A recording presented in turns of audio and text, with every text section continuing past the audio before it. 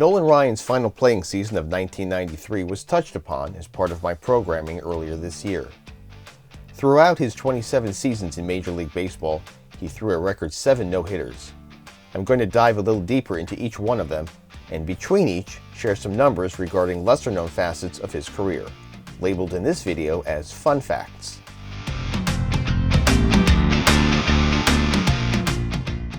Already in his 6th full season on the mound, and with his second franchise, Nolan was establishing himself as a star in the game.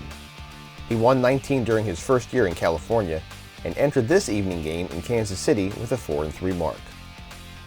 With future manager Jeff Torborg behind the plate, Nolan struck out 12 while walking just 3 to lead the Angels in a 3-0 victory.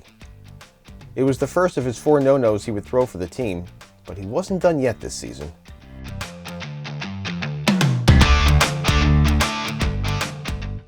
Ryan is recognized as a world champion, part of the 1969 New York Mets.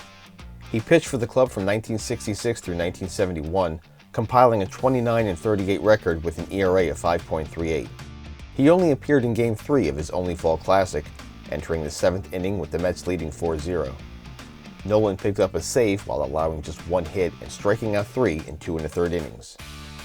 The appearance gave Gary Gentry the victory and put New York up 2-1 in the series against Baltimore. They would eventually win in 5 games. 2 months following his first no-hit performance, Nolan was at it again, this time in Detroit.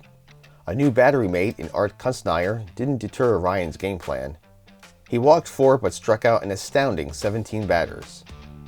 California won the game 6-0 and increased their record for the year to 46-43. Ryan picked up 2 of the 5 MLB no-hitters thrown in 1973.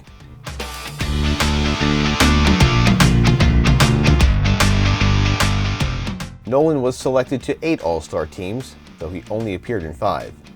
He didn't get a chance to play in the 1972, 75, and 77 Midsummer Classics.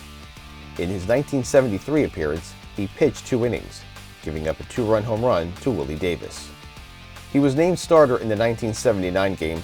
Ryan gave up 2 runs in the top of the first, back-to-back RBI extra base hits by Mike Schmidt and George Foster doing the damage. In 1981, Ryan pitched the 8th inning, an uneventful yet effective appearance. He retired the side in order, allowing the National League to eventually win the game 5-4. It was the first All-Star game in which his team was victorious. In 1985, he pitched 3 innings of no-run ball, once again a key in his team's victory. Finally, in 1989, Nolan gave up just 1 hit in 2 innings of work. After being on the losing end of his first 5 All-Star contests, he was part of the winning squad in the final 3. Ryan managed just 1 plate appearance in his All-Star game career, striking out against Dave Steve in the 1985 Classic. Towards the end of the 1974 season, Nolan was again on the road when he threw a no-hitter of epic proportions. Against Minnesota, and with a 3rd different catcher in Tom Egan, he struck out 15 and gave up 0 hits. He did walk 8, but no more than 2 in any 1 inning. However, the Angels scored 4, and that's the stat that counts. His was one of 3 no-nos recorded that season.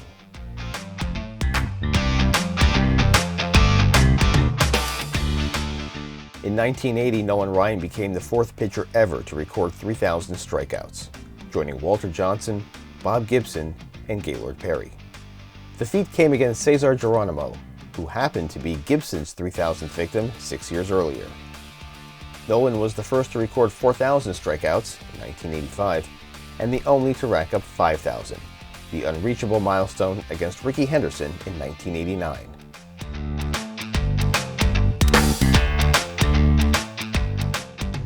Sandy Koufax set a record with 4 no-hitters thrown after pitching a perfect game in 1965, tossing 1 per season from 1962 through 65. Nolan Ryan not only tied that mark, but did so in just 3 seasons, with number 4 coming at home against Baltimore. Another new catcher in Ellie Rodriguez became part of history and helped the Express in a 1-0 victory. Ryan walked 4 but struck out 9. It was one of 3 no-hitters thrown in 1975. At 28 years of age, it seemed there was so much more for the ace to offer baseball.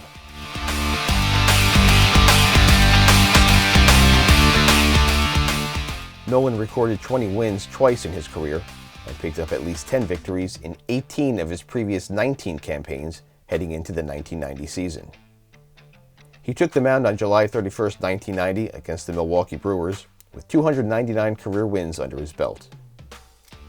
With the Rangers ahead 5-1 going into the 8th inning, second baseman Julio Franco made 2 errors that allowed Milwaukee to pick up 2 runs and get back into the game. Franco would redeem himself and give Ranger fans a few breaths of relief by promptly hitting a grand slam home run in the next half inning, part of a 6-run ninth that secured Nolan's 300th win. He became the 20th pitcher to join that exclusive club. Within Ryan's no-hit career, a new franchise, league, and catcher were part of the record-breaking performance in 1981. Number 5 came against the Dodgers. He walked just 3 and struck out 11. He also picked up a hit in the 5-0 winning effort. Nolan passed Koufax that day, throwing one of just 3 no-hitters in the majors that year.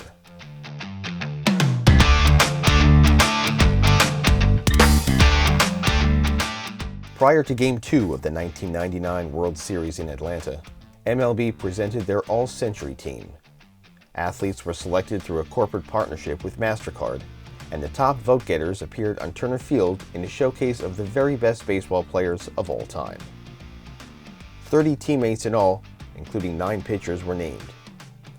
Between current and past legends like Gibson, Koufax, Spahn, and Clemens stood Nolan Ryan. He was inducted into baseball's Hall of Fame just 3 months earlier, a topic which will be touched upon in a few moments. 1990 was a record year for no-hitters in baseball, with 7 tossed between both leagues. Each one had its own backstory, from Valenzuela's comeback to Mulholland's gem against a former team. No story was given more attention than the one thrown by Ryan in Oakland. With John Russell behind the plate, Nolan walked just 2 and struck out 14. The 5-0 win helped the club pull closer to a .500 record and gave a reason for A's fans to keep their ticket stubs.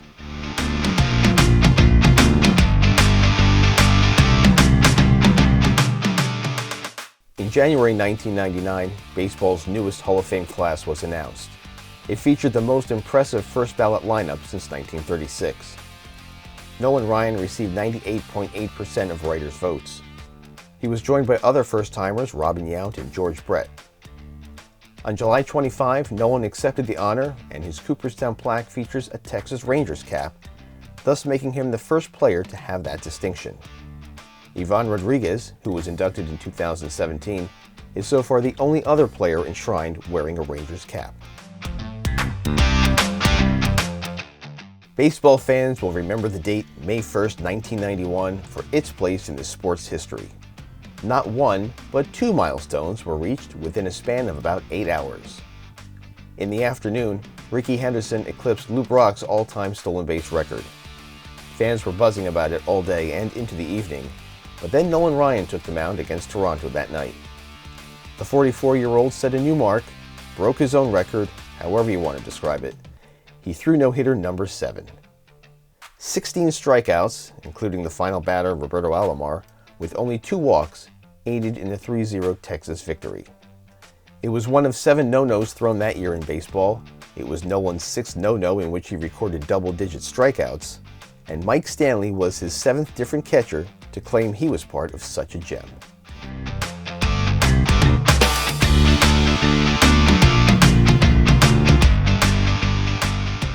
Here are some Nolan Ryan numbers that are generally not focused on, for they don't focus on his pitching. He appeared in 807 games over his 27 seasons. In 857 chances in the field, he made 220 putouts, gathered 547 assists, and helped turn 27 double plays. He was charged with 90 errors for a fielding percentage of .895. Base runners stole 757 bases on him and were caught stealing 252 times. Ryan compiled 48 pickoffs as well. He was a pitcher, not a hitter. In 427 games, he amassed 957 plate appearances, 852 of them at-bats. He walked a total of 38 times, none intentionally, and struck out 371 times. He was able to collect 94 hits, among them 10 doubles, 2 triples, and 2 home runs. He scored 40 times and drove in 36. His final batting average was a mere .110. He had 65 sacrifice hits, although he grounded into 11 double plays. Finally, Nolan stole 3 bases in 6 career attempts. Here's a not-so-fun fact. This video is over. Hopefully there were enough numbers for you to pore over for quite some time.